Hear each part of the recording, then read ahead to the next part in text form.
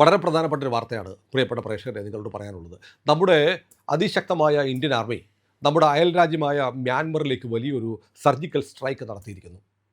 Surgical strike നടത്തി എന്ന് മാത്രമല്ല, അവിടെ ഇന്ത്യ വിരുദ്ധ പ്രവർത്തനങ്ങൾക്ക് നേതൃത്വം നൽകുന്ന ജുണ്ട ആർമിയുമായി ബന്ധപ്പെട്ട മ്യാൻമർ ഭരിക്കുന്ന സർക്കാരിൻ്റെ സൈന്യമാണ് ജുണ്ട ആർമി. അവരാണ് ഇന്ത്യക്ക് അനുകൂലമായ നിലപാടുകൾ എടുക്കുന്ന റഖൈൻ ജില്ല ഭരിച്ചുകൊണ്ടിരിക്കുന്ന അരക്കൻ ആർമിക്കെതിരെ വലിയ തോതിലുള്ള ആക്രമണം നടത്തുന്നത്. അരക്കൻ ആർമിയെ ആക്രമിക്കാൻ വേണ്ടി ഇന്ത്യ വിരുദ്ധ പ്രവർത്തനങ്ങൾ നടത്താൻ വേണ്ടി കുക്കികൾക്ക് സായുധ പരിശീലനം നൽകിക്കൊണ്ടിരിക്കുന്ന പ്യൂസോഹി ഷാനി നാഷണലിസ്റ്റ് ആർമി ഇങ്ങനെയുള്ള രണ്ട് തീവ്രവാദ ഗ്രൂപ്പുകളുടെ ക്യാമ്പിലേക്കാണ് ഇന്ത്യൻ സൈന്യം വലിയ തോതിൽ ആക്രമണം നടത്തിയത്. വലിയ തോതിൽ ആക്രമണം നടത്തി എന്ന് മാത്രമല്ല, ഏതാണ്ട് 300ഓളം പ്യൂസോഹി ഷാനി നാഷണലിസ്റ്റ് ആർമിയിലെ തീവ്രവാദികൾ കൊല്ലപ്പെട്ടുവെന്നുമാണ് സ്ഥിരീകരിക്കാത്ത വാർത്തകൾ.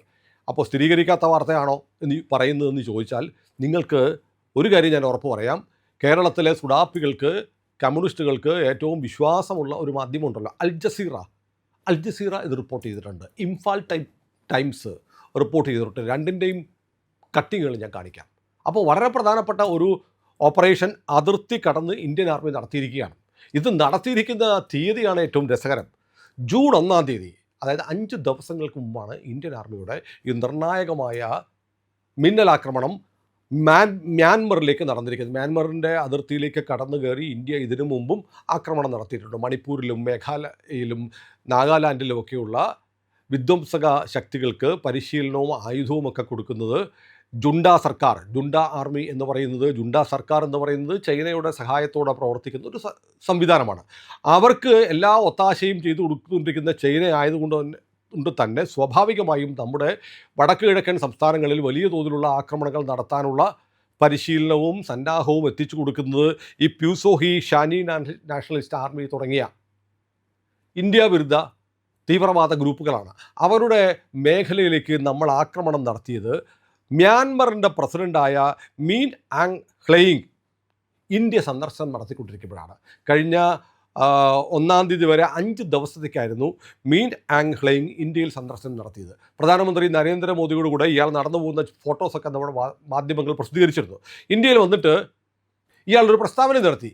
മ്യാൻമറിൻ്റെ മണ്ണ് ഇന്ത്യ വിരുദ്ധ പ്രവർത്തനങ്ങൾക്ക് ഉപയോഗിക്കാൻ അനുവദിക്കത്തില്ല എന്നൊരു സ്റ്റേറ്റ്മെൻറ്റ് ഈ മിൻ ആങ് ഗ്ലെയിങ് എന്ന് പറയുന്ന മ്യാൻമർ പ്രസിഡന്റ്, അയാൾ അവിടെ ജുണ്ട ആർമിയുടെ ചീഫും കൂടിയാണ്, അയാൾ നടത്തിയതിൻ്റെ തൊട്ടടുത്ത ദിവസമാണ് ഇന്ത്യ മ്യാൻമറിൽ കയറി ഈ അടിയടിച്ചത്. അയാളുടെ പറഞ്ഞിട്ടാണോ ഇല്ലയോ എന്ന് എനിക്കറിയില്ല.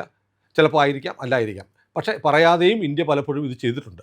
മാത്രമല്ല, ഇന്ത്യ വളരെ കൃത്യമായി ഇയാൾക്ക് ബോധ്യപ്പെടുത്തി കൊടുത്തു, നിങ്ങൾ ഇങ്ങനെയൊക്കെ പറയുന്നെങ്കിലും മ്യാൻമറിൽ ഇന്ത്യ വിരുദ്ധ നിലപാടുള്ള തീവ്രവാദ സംഘടനകൾക്ക് എല്ലാ ഒത്താശയും നിങ്ങളുടെ ജുണ്ട ആർമി ചെയ്തു കൊടുക്കുന്നുണ്ട് എന്ന് നമ്മൾ ബോധ്യപ്പെടുത്തി. കാരണം ഇതിൻ്റെ എല്ലാ ഡീറ്റെയിൽസും കൊടുത്തു കഴിഞ്ഞ് ഈ മ്യാൻമർ പ്രസിഡൻ്റെ കയ്യിലേക്ക് നമ്മൾ കൊടുത്തു എന്നാണ് ഇംഫാൽ ടൈംസും അടക്കമുള്ള പത്രങ്ങൾ പറയുന്നത്. ഇനി അവിടെ വളരെ പ്രധാനപ്പെട്ട കാര്യമുണ്ട്. നമ്മൾ കുറേ കാലങ്ങൾ ആയി നമ്മുടെ കേരളത്തിലെ സോഷ്യൽ മീഡിയ മാധ്യമങ്ങളൊക്കെ ചർച്ച ചെയ്യുന്നുണ്ടായിരുന്നു അരക്കൻ ആർമി എന്ന് പറയുന്ന അവിടുത്തെ ഒരു വിമോചന പോരാളികൾ. അവർ റഖൈൻ ജില്ല അവരുടേതാക്കി മാറ്റിയിരിക്കുകയാണ്. റഖൈൻ ജില്ലയിൽ അവർ വലിയ പോരാട്ടം നടത്തിയത് അവിടുത്തെ മുസ്ലിം തീവ്രവാദികൾക്കെതിരെയാണ്. നമുക്കറിയാം റോഹിംഗ്യൻസ് എന്ന് പറയുന്ന മുസ്ലിം ഭീകരന്മാർ അവിടെയുള്ള പാവപ്പെട്ട ബുദ്ധസന്യാസികളെ വലിയ തോതിൽ ആക്രമിച്ചപ്പോൾ അവിടുത്തെ ബൗദ്ധർ ആയുധമെടുത്തു. അങ്ങനെയാണ് അരക്കൻ ആർമി ഉൾപ്പെടെയുള്ള ആർമികൾ ഉണ്ടായി വരാനുള്ള സാഹചര്യം അവിടെ ഉണ്ടായത്. അവർ എന്ത് ചെയ്തു? അവർ വലിയ തോതിൽ റോഹിംഗ്യൻ മുസ്ലിങ്ങൾക്കെതിരെ പോരാടി. അങ്ങനെ അവർ കൂട്ടത്തോടെ പലായനം ചെയ്ത് ബംഗ്ലാദേശിലെത്തി. ബംഗ്ലാദേശിൽ നിന്ന് ഇന്ത്യയിലേക്ക് കടന്നു വരാനുള്ള ശ്രമം നടത്തി. ഇന്ത്യയിൽ ഒരുപാട് പേരുണ്ട് റോഹിംഗ്യൻസ്. ബംഗ്ലാദേശികൾ എന്ന് നമ്മൾ പറയുന്ന പലരും റോഹിംഗ്യൻസും കൂടിയാണ്, ഭീകരന്മാരാണെന്ന് ആലോചിച്ച് നോക്കൂ. സാധുക്കളായ, അഹിംസയാണ് പരമപ്രധാനം എന്ന് കരുതുന്ന ബുദ്ധഭിക്ഷുക്കളെ കൊണ്ടുപോലും ആയുധം എടുപ്പിച്ചവരാണ് ഈ റോഹിംഗ്യൻ ഭീകരവാദികൾ. അവർക്കെതിരെയുള്ള പോരാട്ടമാണ് അരക്കൻ ആർമി നടത്തിക്കൊണ്ടിരിക്കുന്നത്. അരക്കൻ ആർമി ബംഗ്ലാദേശിൻ്റെ കുറച്ച് ഭാഗം പിടിച്ചെടുത്തു. പിന്നീട് റഖൈൻ എന്ന് പറയുന്നൊരു ജില്ല തന്നെ പിടിച്ചെടുത്ത് അവിടെ ഇപ്പോൾ അവരുടെ സ്വന്തം കോടതി, സ്വന്തം നാണയം, സ്വന്തം പാസ്പോർട്ടൊക്കെ ആയിട്ട് റഖൈൻ മേഖല ഭരിച്ചുകൊണ്ടിരിക്കുകയാണ് അരക്കൻ ആർമി. ഇവരെ ഈ ജുണ്ട ആർമി വലിയ തോതിൽ ആക്രമിക്കാൻ വേണ്ടിയിട്ട് അവർ ഏറ്റവും കൂടുതൽ ആശ്രയിക്കുന്ന അവരുടെ പ്രോക്സിയാണ് പ്യൂസോഹി ഷാനി നാഷണലിസ്റ്റ് ആർമി തുടങ്ങിയ ഭീകര സംഘടനകൾ, ഷാനി നാഷണലിസ്റ്റ് ആർമി എന്നൊക്കെ പറയുമ്പോൾ ഇന്ത്യ വിരുദ്ധരാണെന്ന് പറഞ്ഞു. അപ്പോൾ ഇന്ത്യ വിരുദ്ധരായ ചില മാധ്യമപ്രവർത്തകരുടെ ഓർമ്മ നിങ്ങൾക്ക് വരുന്നുണ്ടെങ്കിൽ എൻ്റെ കുറ്റം പറയരുത്. ഏതായാലും എന്തുകൊണ്ടാണ് വളരെ പെട്ടെന്ന് ഈ തീവ്രവാദ പരിശീലന കേന്ദ്രം ഇന്ത്യ ആക്രമിച്ചത് എന്ന് ചോദിച്ചാൽ, ഇന്ത്യക്ക് മ്യാൻമറിൻ്റെ പ്രസിഡന്റിനെ ബോധിപ്പിക്കണമായിരുന്നു. നിങ്ങൾ ഇവിടെ നിൽക്കുമ്പോഴും ഇന്ത്യക്കെതിരായിട്ടുള്ള ഗ്രൂപ്പ് അവിടെ സജീവമാണ്.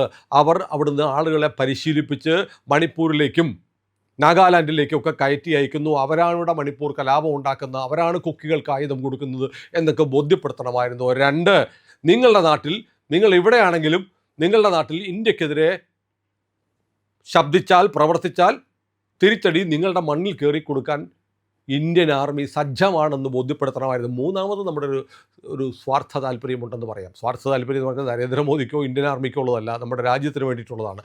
നമുക്കറിയാമല്ലോ, വടക്ക് കിഴക്കൻ സംസ്ഥാനങ്ങളെ ഇന്ത്യയുമായി ചേർത്ത് നിർത്തുന്നത് 22 കിലോമീറ്റർ മാത്രം വീതിയുള്ള ചിക്കൻ നെക്കാണ്. ഈ ചിക്കൻ നെക്കിൻ്റെ പേരിൽ ചൈന, ബംഗ്ലാദേശൊക്കെ വലിയ വീരവാദം മുഴക്കാറുണ്ട്. ചിക്കൻ നെക്കങ്ങും ഞങ്ങൾ മുറിച്ച് കളഞ്ഞാൽ ഈ വടക്ക് കിഴക്കൻ സംസ്ഥാനങ്ങളെല്ലാം ഇന്ത്യയുമായിട്ടുള്ള ബന്ധം വിട്ടുപോകുമെന്നൊക്കെ പറഞ്ഞുള്ള വീരവാദം ഇവർ പറയാറുണ്ട്. പക്ഷേ അതൊക്കെ സ്വപ്നത്തിൽ മാത്രമാണ്, നടക്കാൻ പോകുന്ന കാര്യമല്ല. അങ്ങനെ നടന്നാൽ ബംഗ്ലാദേശിൻ്റെ ചില ഭാഗങ്ങൾ ഇന്ത്യയുടെ കയ്യിലിരിക്കും. ചിക്കൻ നെക്കിന് ബദൽ വഴി നമ്മൾ ഉണ്ടാക്കുമെന്ന് എല്ലാവർക്കും അറിയാം. അതവിടെ നിൽക്കട്ടെ.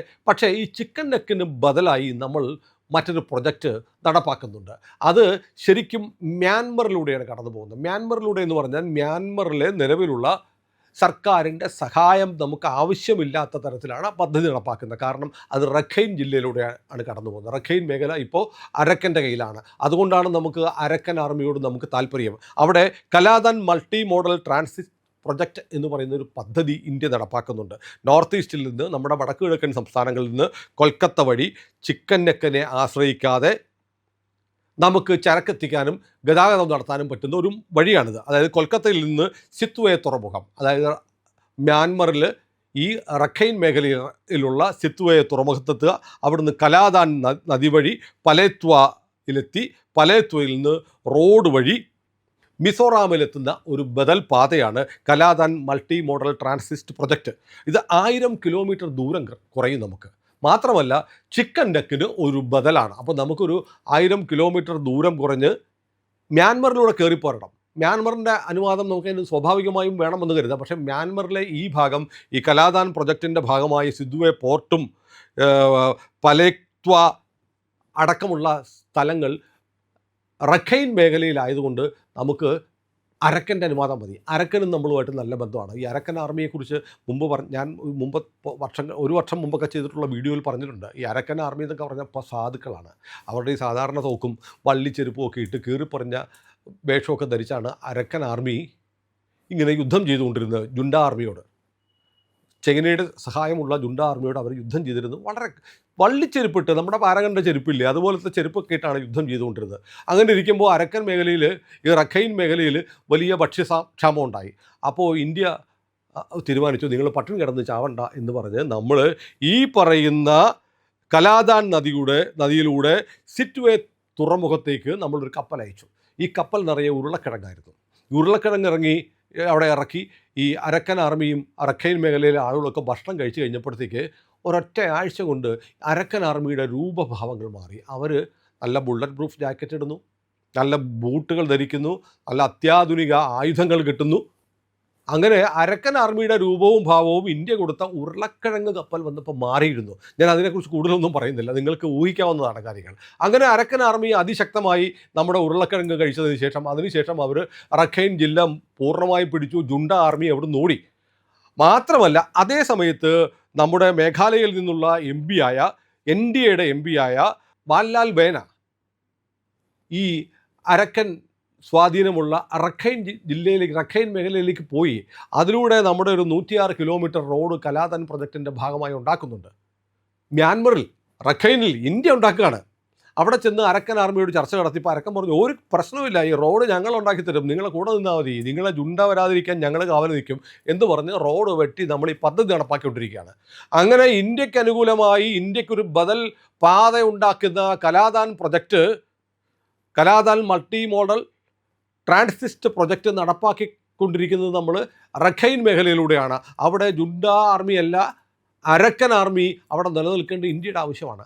ഈ അരക്കൻ ആർമിയെ ആക്രമിക്കാൻ ജുണ്ട പറഞ്ഞു വിടുന്ന ഗ്രൂപ്പാണ് പ്യൂസോഹിയും ഷാനി നാഷണലിസ്റ്റ് ആർമിയും. അപ്പോൾ അവരെ ഉന്മൂലനം ചെയ്യാനുള്ള ഒരു ഓപ്പറേഷൻ ഇന്ത്യ നടത്തി എന്ന് പറയുമ്പോൾ ഇന്ത്യയുടെ ഒരു താല്പര്യം അതിൽ നിന്ന് വ്യക്തമാണ്.